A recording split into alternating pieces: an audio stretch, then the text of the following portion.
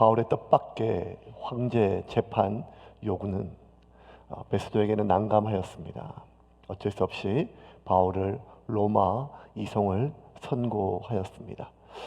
뜻밖의 일이었고 여러 가지 상황이 좀 난감하였지만 그럼에도 불구하고 어떻게 보면 베스도에게는 로마 시민권을 가지고 있는 바울이 특별한 혐의도 없었고, 그리고 또 한쪽에는 앞으로 유대 땅을 통치하기 위해서는 그들과 등질 수 없는 대제사장들과 여러 종교 지도자들 사이에서 어떤 것을 선택할 수도 못해서 난감했던 베스도 입장에서는 참 좀 잘 된 것입니다.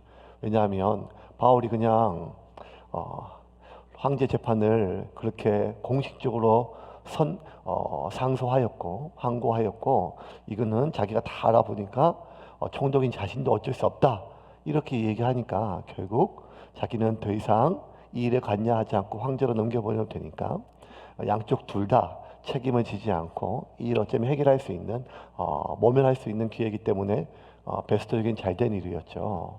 좀 마음이 좀 후련하였습니다. 근데 문제가 하나 생겼습니다. 그게 뭔가 하면 베스토가 이 바울을 황제에게 배를 태워서 보낼 때 바울만 보내는 것이 아니라 이 상소문 보고서를 써서 보내야 됩니다. 여러분 기억하고 있을지 모르겠지만 글라우디오 루시오 천부장이 전임 총독 벨릭스에게 바울을 470명의 군사와 함께 보낼 때 보고서를 함께 보내지 않았습니까?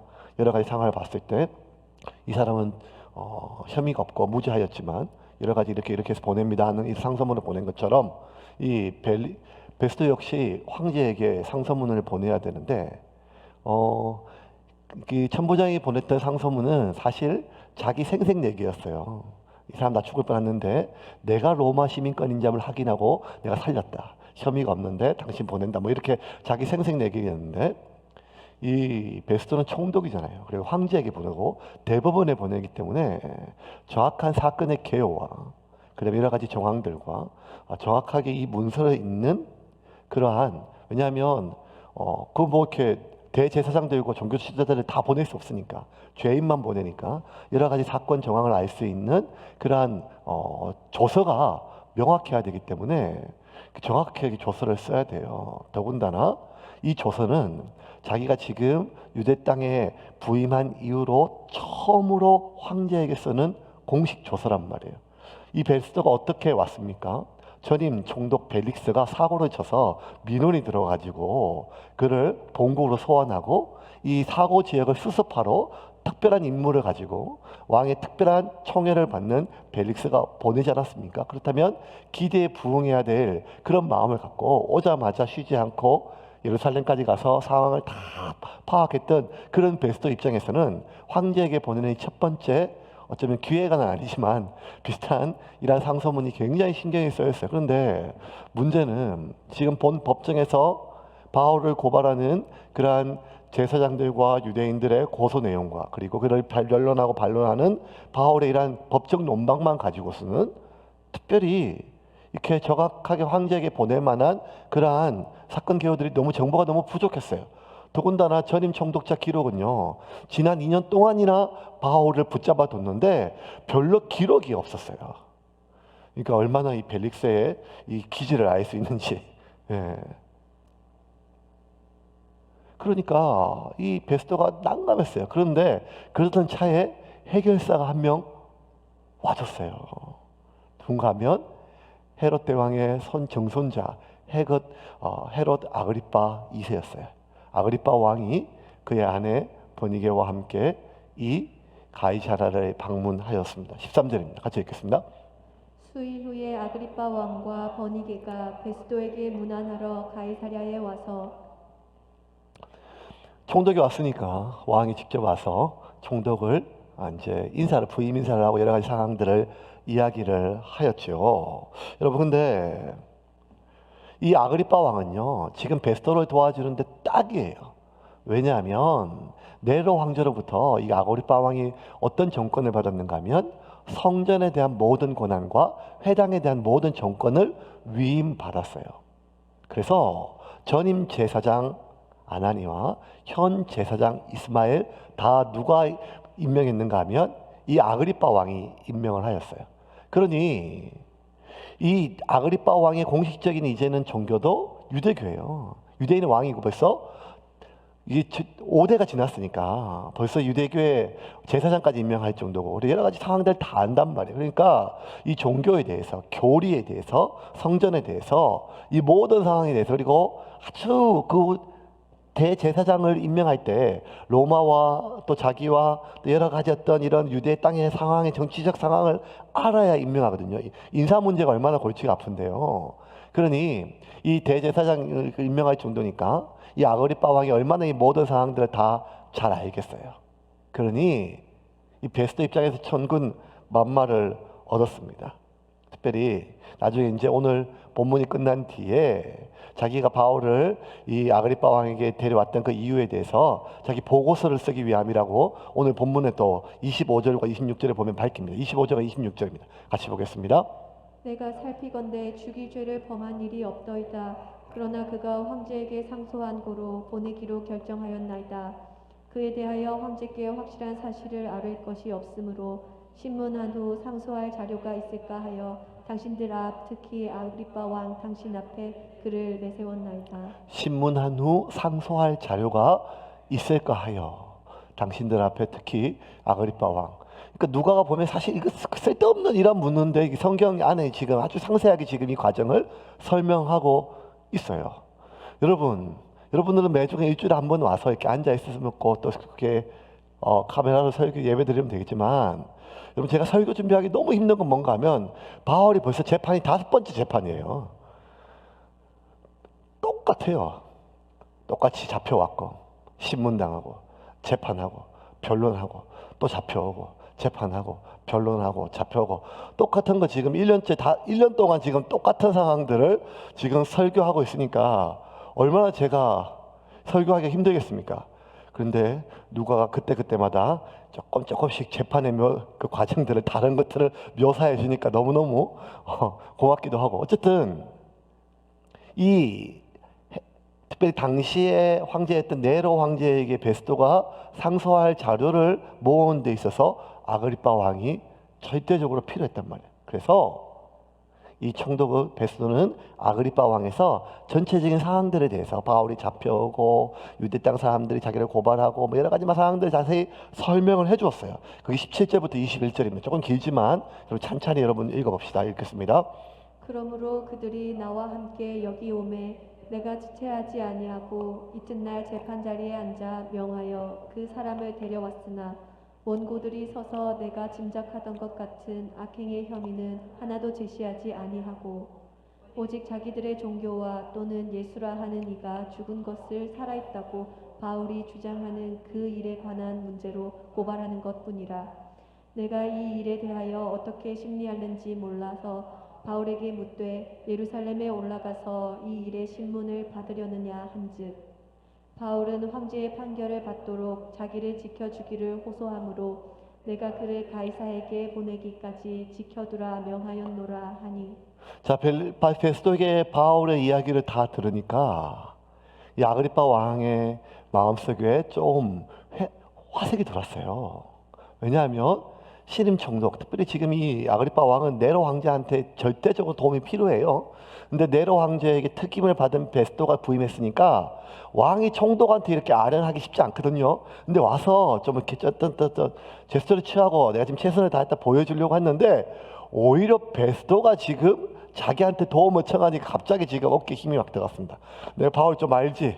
그 사람 좀 알지? 이렇게 얘기를 좀 하면서 얘기를 쭉 들었어요. 들었는데 사실 이 아그리빠 왕이 바울을 직접 만난 적은 없지만 바울에 대한 이야기를 많이 들었어요. 왜냐하면 자기가 직접 이야기했던 임명했던 전임 제사장 아나니아가 엄청 얘기를 했거든요. 골치 아파 죽겠다. 어떻게 하면 좋겠냐. 좀 죽여달라. 그러니까 지금 총독한테도 부탁하고 전에 있었던 예루살렘 천부장 루시아에게도 준비하고 하니까 당연히 여러 가지 부탁들, 청탁들이 안 들어갔겠습니까? 예, 대제사장 아나니아가 수많은 뇌물을 전임 총독 벨리스에게 바쳤다면 그의 상당한 양을 아그리빠 왕에게도 더 바쳐야겠죠. 왜? 자기를 임명할 수도 있고 자를 수도 있고 새로운 사람을 임명할 수 있으니까 제일 많은 뇌물을 아마 아그리빠 왕한테 갔을 거예요. 그러니까 상당수의 성전세, 정확하게 하면 성전에 있는 많은 헌금들의 상당수가 어디로 갔는가 하면 이방인 총독 벨릭스와 그리고 유대왕 이 헤롯 아그리빠 왕한테 흘러갔어요. 그 이야기를 많이 들었어요. 이야기를 많이 듣고 그래서 좀 죽이려고 사내들인 공원에도 세웠는데 고기를 빳빳하게 들고 오히려 당시 이 왕과 제사장과 사두개인들의 반대편에 서 있는 일종의 야당이었어요. 야당이 누군가 하면 바리새파 서기관 무리거든요. 그러니까 난장판이 됐고 국회가 막 서로 그러니까 막 싸움박질이들 하고 막 이런 것들 다 얘기했을 때마다 기가 찼고 도대체 어떤 놈이길래 이렇게 애를 먹이냐. 그리고 마지막 베스도 앞에서 황제 재판까지 요구했다는 얘기 듣자 이 아그리빠 왕은 바울이 보고 싶었어요. 도대체 어떤 놈인가 한번 보자.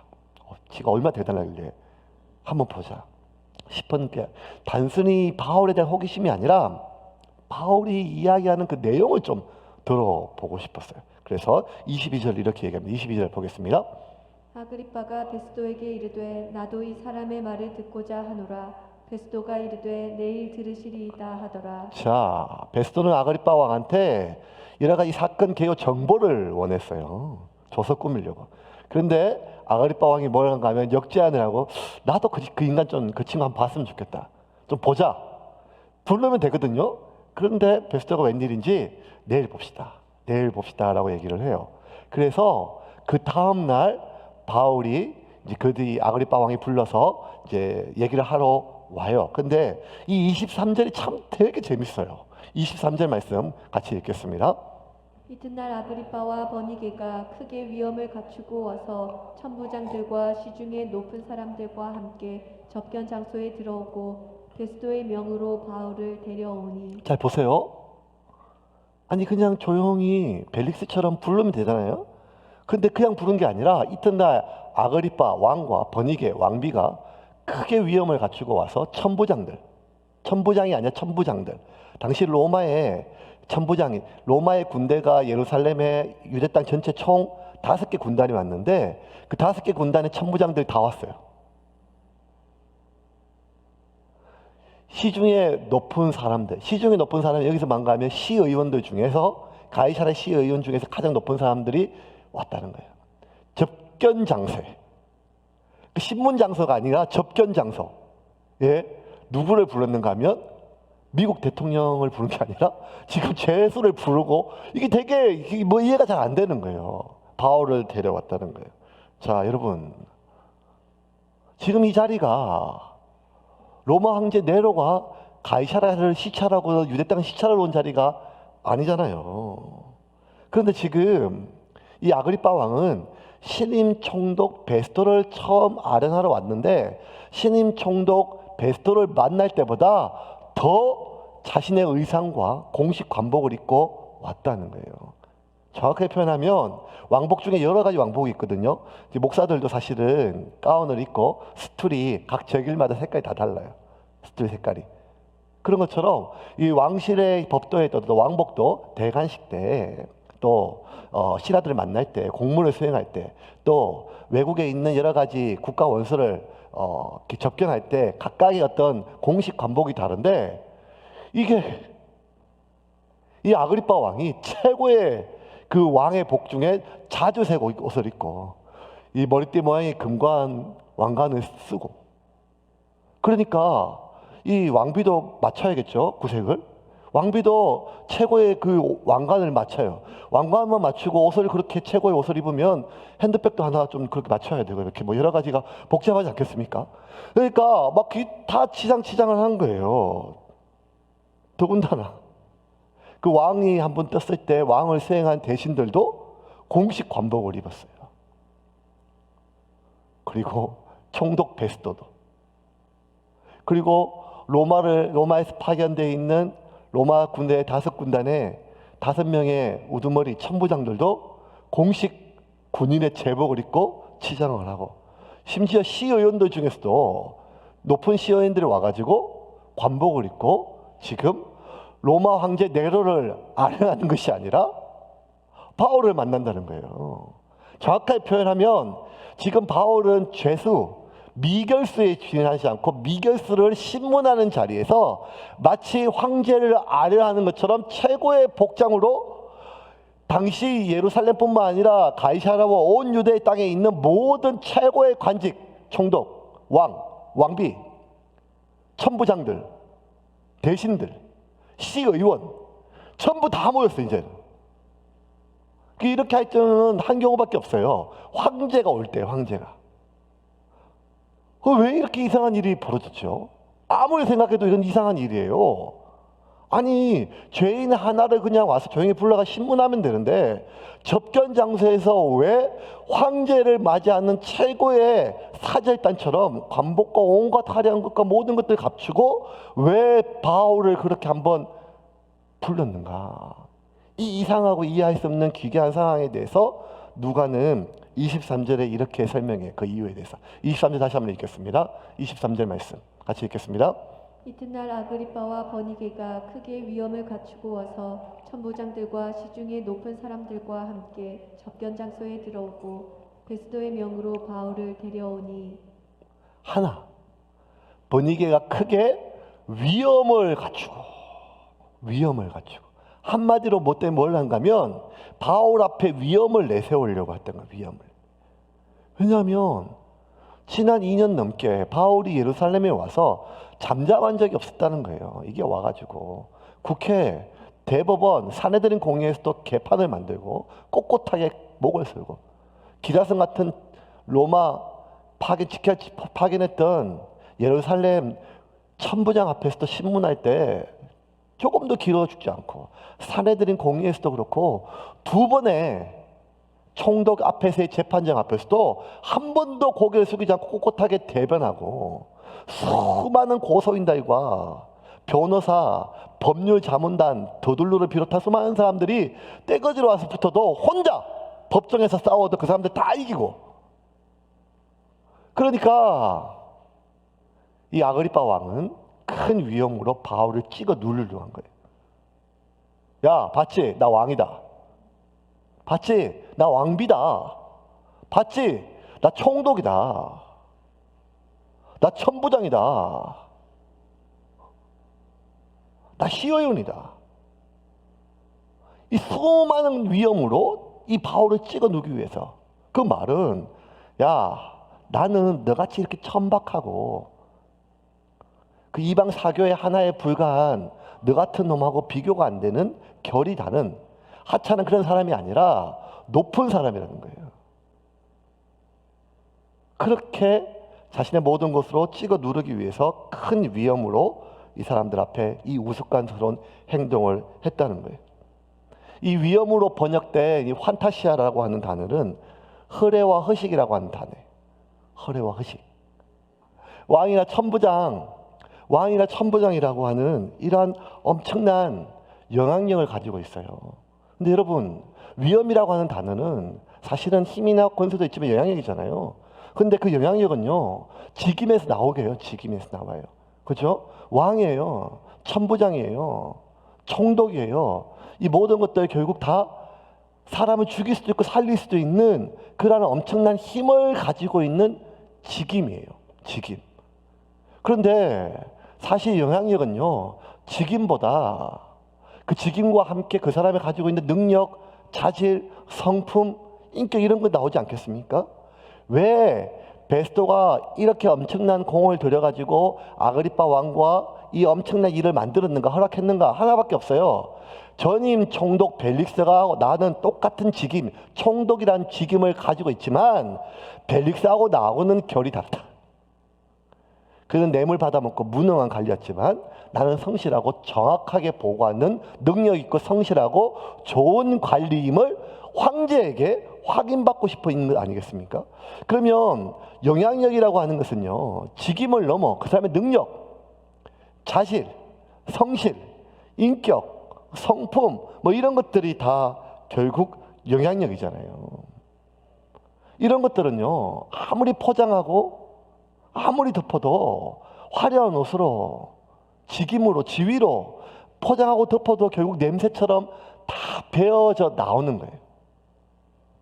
누구나 아무리 조금만 지나면 겉보기에는 멀리서 보기에는 다 있지만 결국 가까이 지내서 보면 냄새처럼 다 배어져 나오는 거예요.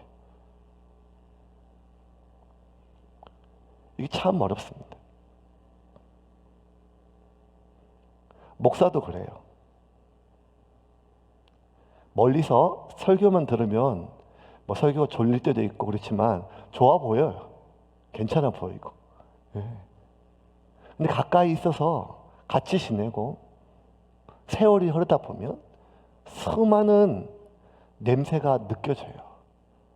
설교에서 강단에서 말씀을 전하고 호소하던 그러한 껍질이 아니라 직접 만나서 접해보고 지내보고 살아보면 그의 냄새가 느껴지면 한때 그토록 은혜를 받았고 한때 그토록 존경하고 한때 그토록 마음을 주었던 그 목사가 어느 순간 되돌아보면 같이 있고 쳐다보기가 너무 어려울 정도의 마음이 상하고 감정이 상하는 그런 경우를 우리 겪어보지 않았습니까?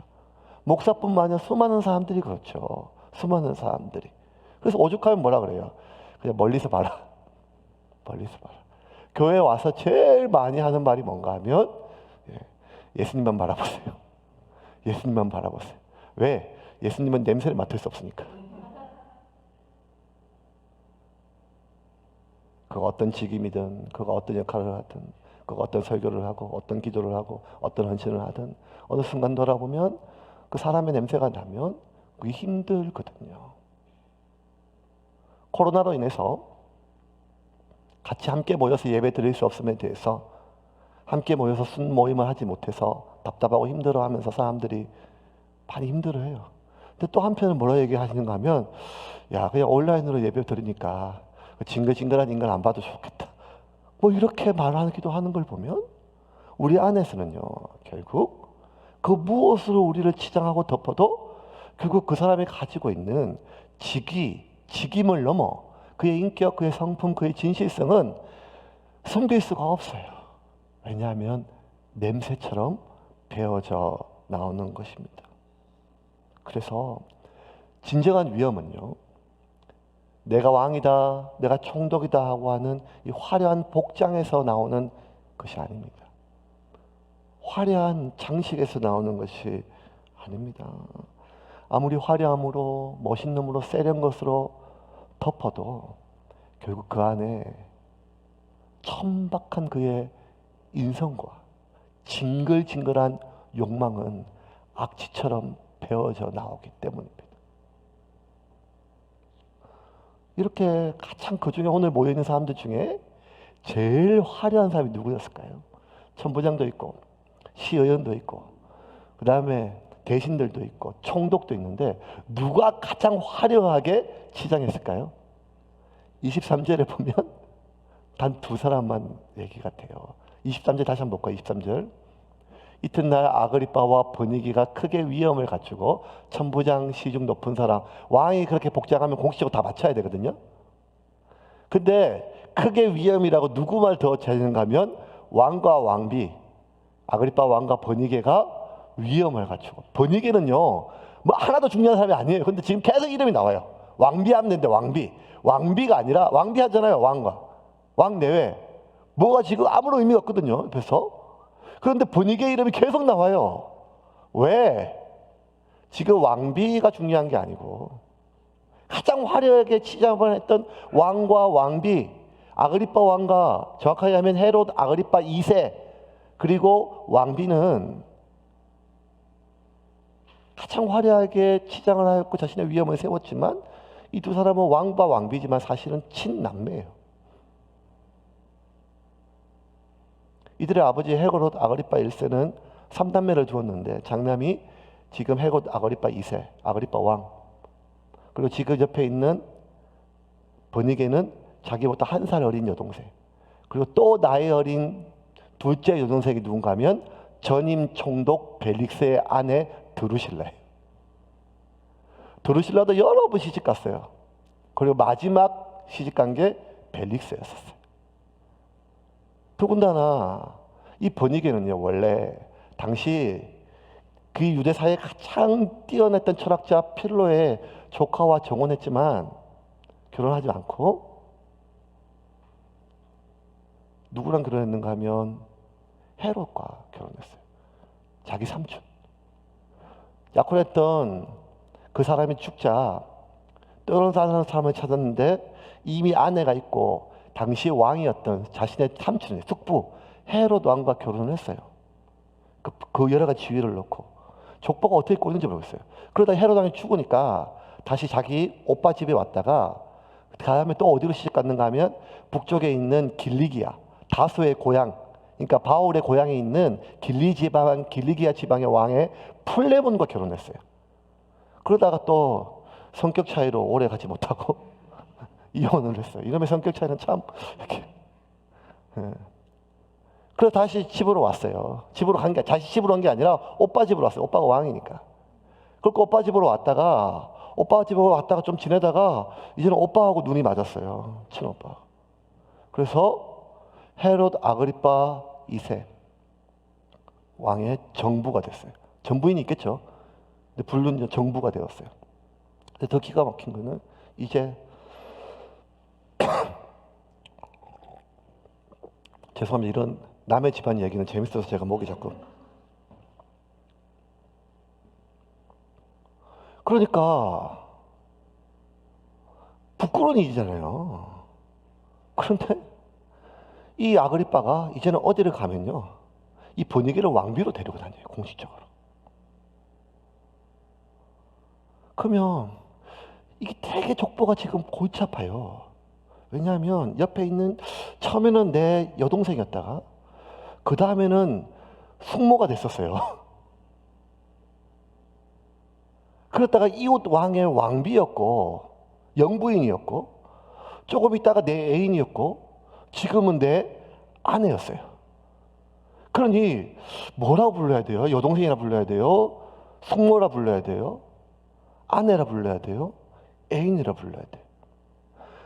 입에 담기도 참 힘들고 버거운 그런 관계거든요. 지금 저작거리에 있는 심지어 동물조차도 그렇게 하지 않는데 이렇게 냄새나고 추잡한 삶을 사는 이유는 하나밖에 없어요. 번뇌가 욕망을 따라, 성공을 따라.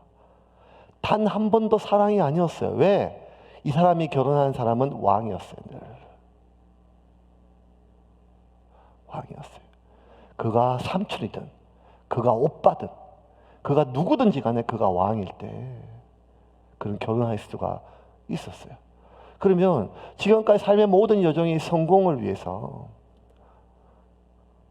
그 부귀를 위해서, 욕망을 위해서 그렇게 지금도 그 악취나는 삶을 살고 있음에도 불구하고 지금 죄수 앞에서 쓴다고 온갖 왕관과 왕비복과 수많은 지위로 나 왕비야, 너 같은 사람과 결이 달라 라고 하는 이 천박한 위험이 지금 눈앞에 벌어지고 있습니다. 그러니 이 얼마나 서글픈 인간의 본성이겠습니까? 바울이 끌려갔는데 깜짝 놀랐어요. 앞에 막 번쩍번쩍해서 눈이 어디로 가야 될지 모르겠어요. 그 앞에 선 바울은 너무 초라하기 짝이 없어요. 2년간 구류당하고 마지막은 지금 감옥에 갇혀 있어요. 2년 동안 좀 몸이 나았지만 그래도 지금 그들 앞에 끌려온 바울은 60이 넘고 당시 나이요 평균 수명 훨씬 넘었지만 온갖 고문과 매질로 다 몸이 깨어지고 부서졌어요. 제대로 걷지 못하였고 머리는 빠졌고 이빨이 하나도 남지 않았을 것입니다. 눈은 보이지 않고 손발은 다 류마티스 이런 걸로 오그라들었었어요. 그가 걸친 옷은 누더기지 않겠습니까? 지하 감옥에 지금 갇혀 있으니까요. 그런 걸 보면 바울은요, 냄새가 나겠죠. 어떤 냄새? 노인네의 냄새가 나고 씻지 못하니까 그런 악취가 나겠죠. 근데 신기한 것은요, 바울의 몸에 향이 났어요. 그 향. 이건 바울의 향뿐만 아니라 초대교회 교회 예수쟁이들이 느껴지는 그 독특한 냄새가 있었다는 거예요. 바울은 그 독특한 예수쟁이들의 냄새에 대해서 고린도에 보내는 편지에 이렇게 표현했습니다. 같이 읽겠습니다. 항상 우리를 그리스도 안에서 이기게 하시고 우리로 말미암아 각 처에서 그리스도를 아는 냄새를 나타내시는 하나님께 감사하노라. 우리는 구원받는 자들에게나 망하는 자들에게나 하나님 앞에서 그리스도의 향기니 이 사람에게는 사망으로부터 사망에 이르는 냄새요 저 사람에게는 생명으로부터 생명에 이르는 냄새라. 누가 이 일을 감당하리요? 누가 이 일을 감당하리요? 사망에 이르는 자에게 사망에 이르는 냄새, 악취죠. 하지만 생명에 이르는 자에게는 생명에 이르는 냄새, 그리스도의 향기란 말이에요. 똑같은 냄새인데 누구한테는 저 누더기, 좀 씻고 오지, 보살것 없고 촌놈 아니네, 나는 너희하고 달라, 난 너하고 달라, 그렇게 느껴지는 우월감을 느껴지게 하는 그런 악취처럼 느껴지지만, 또 누군가한테는 생명에 이르는 냄새, 그리스도의 향으로 느껴지는 거예요. 그 이유에 대해서 바울은 아까 봤던 14절 2장 14절 말씀, 방금 전에 있는 항상 우리를 그리스도 안에서 이기게 하시는데, 그리스도 안에서 이기게 하는데 어떻게 하는가 하면 우리로 말미암아 각처에서 그리스도를 아는 냄새. 이게 중요합니다. 그 냄새는요, 그리스도의 냄새가 아니고 그리스도의 향기라 하지 않고 그리스도를 아는 냄새라고 했어요. 그리스도를 아는 냄새. 바울의 삶에 나는, 그 일평생 삶에 나는 그 모든 향기는 그리스도를 아는 냄새예요. 그리스도를 이용한 냄새가 아니라, 그리스도를 힘입은 냄새가 아니라 그리스도를 아는 냄새라고 그랬어요. 시대가 어두울수록 이 땅에 여러 가지 많은 독재 시대를 밝히고 민주화와 여러 가지 것들을 만들었던 것 최일선 중에 한 사람들이 기자였습니다. 근데 그 기자들을 요새는 뭐라고 부르는가 하면 기레기라 부르죠. 기레기는 기자와 쓰레기의 합성어입니다. 이제는 초등학생도 기레기라 하면 그게 무슨 말인지 다 압니다. 사회가 어두울수록 패는 총보다 강하다라는 핀념으로 그들이 사명을 가지고 그렇게 쓴 글들과 기사들이 결국 사회를 밝히고 여기까지 왔음에 대해서 많은 사람들이 동의를 합니다. 그렇게 사회의 등불과 기자가 동의했는데 패는 총보다 강한 그런 시절을 지나왔음에도 불구하고 오늘날 기자는 쓰레기 냄새를 풍기는 기자. 왜? 그가 쓰는 글은 어두운 시기에, 힘든 시기에 진실을 밝히는 것이 아니라 각각 자기 신문사의 진영에 따라, 이익에 따라, 광고에 따라, 그리고 자신이 지금 쓰는 글은 인터넷상에 올려진 그 다음부터는 클릭수와 조회수에 따라 자신의 수익과 회사의 수익이 결정됨으로 말미암아 이제는 기자들이 쓰는 상당수의 글은 진실과 사실보다는 얼마나 좀 더 자극적이고 얼마나 좀 더 휘황찬란한 과장된 제목으로 사람들을 현혹하고 그리고 모으는지 거기에 서 있습니다. 그렇게 점점 조회수와 수익의 맛을 들여진 기자들은 점점 이제 기자가 아니라 쓰레기 냄새를 풍기는 기레기가 되고 그의 글은 진실과 사실과 거리가 먼 쓰레기로 전락하고 있습니다. 그래서 더 자극적인 제목이에요. 더 자극적이고 더 과장되게.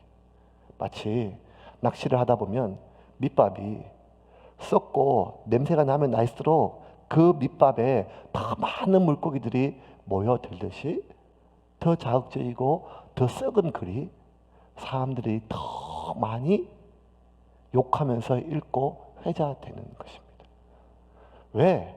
가장 많은 국민들이 보는 드라마는 가장 따뜻한 드라마가 아니라 막장 드라마겠습니까?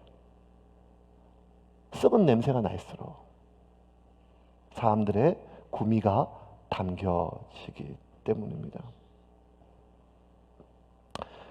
지금 바울 앞에 모여있는 왕, 총독, 군인, 정치인, 그 다음에 공무원, 대신들, 이 사람들은 각각 그 직임 자체가 고유의 고결한 향을 가지고 있는 그런 직임이에요. 국민을 섬기고 대신하고 보호하는 것들. 그런데 지금 바울 앞에 모여있는 그 사람들은 각각 고유해. 군인은 군인의 향이 나고 왕은 왕의 향이 있으며 총독은 총독의 향과 공무원은 공무원의 향과 시의원은 시의원의 그 각각의 고유의 향이 있음에도 불구하고 그들이 모여있는 곳에는 온통 고유한 향이 아니라 한 가지 냄새, 썩은 내가 진동을 하였습니다.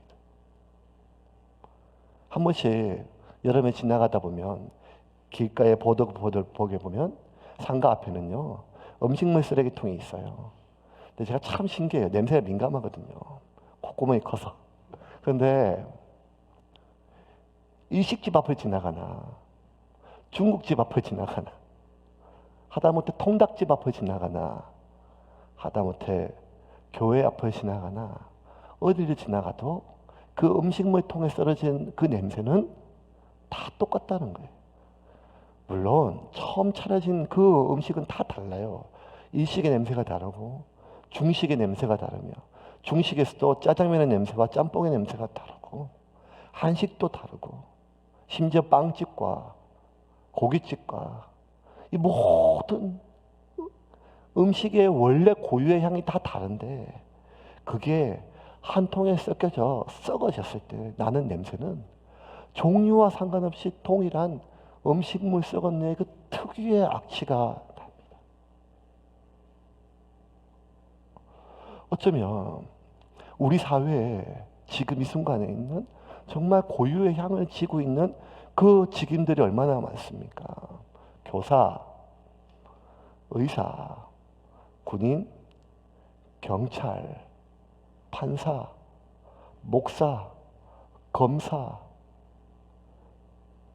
사람을 가르치고 사람을 고치고 사람을 지키고 사람을 보호하며 국가와 모든 것을 법과 정의와 공의를 세우는 이 각각의 고유한 향을 가지고 있는 이 고결한 직업들이 어떻게든지 좀 지나고 나면 그 고유의 향을 지니고 있는 사람들의 냄새는 너무 적고, 아니 그 냄새를 가진 사람들은 적고 누구를 만나도 동일한 냄새, 음식 썩은 냄새가 나듯이 욕망과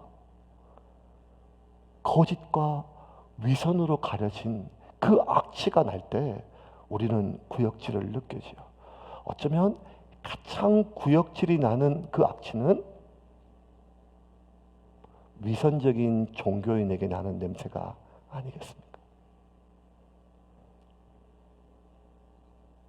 기자가 기레기가 되고 경찰이 견찰이 되고 기독교가 개독교가 되어진 이 시기에 똑같은 비판을 하는 것이 무슨 의미가 있겠습니까? 우리가 그 한가운데 있는데 그 어느 때보다 교회와 하나님과 그리고 기독교의 권위와 위엄을 되찾아야 될 시기가 맞습니다. 코로나 시대에 더 그렇죠. 그런데 우리가 찾을 수 있는 그 위엄의 방법은 화려하고 놀라운 그러한 우리의 직임과 관련된 권위가 아니라 예수의 냄새임을 믿으시기를 바랍니다. 그 껍데기의 냄새가 아니라 예수를 아는 냄새입니다. 그 예수를 아는 냄새는 아무리 화려하고 거대한 것이 아니라 작고 초라하지만 희생, 사랑, 헌신, 이 모든 어떤 고결한 걸로 겸손으로 껍데기를 덮고 있어도 결국 어느 시기가 지나면 그 속내가 드러날 수밖에 없는 거죠. 개척교회라고 다 깨끗할까요? 개척교회 생계가 늘 생존점에 놓여있는 목사라도 늘 하나님 앞에 신실할까요? 결국 그 교회가, 그 성도가, 그 목사가 가지고 있는 냄새는 그 안에 있는 예수를 아는 냄새, 그 크기에 따라 달라지지. 그렇지 않으면 모든 가게와 식당의 음식물의 쓰레기가 똑같은 냄새가 나듯이 종교인에게도 목사에게도 성도에게도 정치인에게도, 어쩌면 법조인에게도 썩은 내가 날 수밖에 없습니다. 이제 좀 말씀을 좀 정리를 하겠습니다. 여러분, 우리가 대놓고 그렇게 타락하지 않습니다. 대놓고 우리가 돈을 내세우지 않습니다. 대놓고 자신의 지위를 내세우지 않습니다. 대놓고 사람들을 원망하거나 비난하지 않습니다. 결국 우리가 언제 우리의 진짜 냄새가 나는가 하면 우리는 사랑하고, 우리는 헌신하며, 우리는 겸손하고, 우리는 섬기는 삶을 살지요. 하지만 그럼에도 불구하고 진짜 우리의 냄새는 언젠가 하면 우리가 화날 때입니다. 우리가 손해볼 때입니다. 우리가 무시당할 때입니다. 우리가 억울할 때입니다. 그때 우리 진짜 냄새가 나와요. 그때 우리가 냄새가 나요. 좋을 때, 예배 드릴 때, 기도할 때 냄새 말고, 그렇게 포장한 냄새 말고, 우리가 손해보는 순간이 올 때, 우리가 억울한 순간이 올 때, 우리가 욕 듣는 순간이 올 때, 우리가 더 이상 견딜 수 없는 모욕을 받는 순간이 올 때, 그때 우리의 속에 있는 진짜 냄새가 올라오지요. 그래서 바울은 데살로니가에 보내는 편지에 이렇게 적었어요. 제가 읽을게요. 5장 14절부터. 또 형제들아, 너희를 권면하노니 게으른 자들은 권고하며 마음이 약한 자들은 격려하고 힘이 없는 자들을 붙들어주며 모든 사람에게 오래 참으라. 삼가 누가 누구에게든지 악으로 악을 갚지 말게 하고 서로 대하든지 모든 사람을 대하든지 항상 선을 따르라. 모든 사람. 항상 기뻐하라. 쉬지 말고 기도하라. 범사에 감사하라. 이것이 그리스도 예수 안에서 너희를 향한 뜻이니라. 여러분, 여기서 참으라, 기뻐하라, 기도하라, 감사하라 보다 더 중요한 단어가 그 앞에 있는 단어예요. 참으라가 보다 더 중요한 것은 모든 사람에게 참으라는 거예요. 기뻐하라는 말보다 더 중요한 말은 항상 기뻐하라는 거예요. 기도 쉬지 말고 기도하라는 말 중에 더 중요한 것은 쉬지 말라는 거예요. 감사는 모든 일에 감사하라는 거예요. 이거는요 하나밖에 없어요. 일반 사람도 참아요. 보통 사람도 기뻐할 수 있고 기도할 수 있고 감사할 수 있어요. 어떨 때? 그런 상황이 될 때 그럴 수 있어요. 참아줄 수 있는 사람, 참을 만한 사람, 내가 참아줘야 되는 사람 참아요. 기뻐할 상황이 되고 즐거운 상황이 되면 기뻐해요. 기도할 만한 절박한 일이 생기면 기도해요. 감사할 상황이 생기면 감사해요. 이건 모든 사람의 자연인의 특성이에요. 이게 특별한 게 아니에요. 근데 그리스도인은요, 상황이 되어서 참고 감사하고 기뻐하고 기도하는 게 아니라 이유 때문에 그렇게 하는 거예요. 이유 때문에. 이유. 기뻐할 수 없는데 상황이 기뻐할 이유가 있단 말이에요. 그게 뭔가 하면 그리스도라는 거예요. 그리스도라는 거예요. 예수라는 거예요. 참을 수 없어요, 도저히. 근데 참아야 될 이유가 있어요. 그게 예수라는 거예요. 내가 즐거울 수 없어요, 지금. 이 상황이. 그런데 즐거울 이유가 있어요. 그게 예수예요.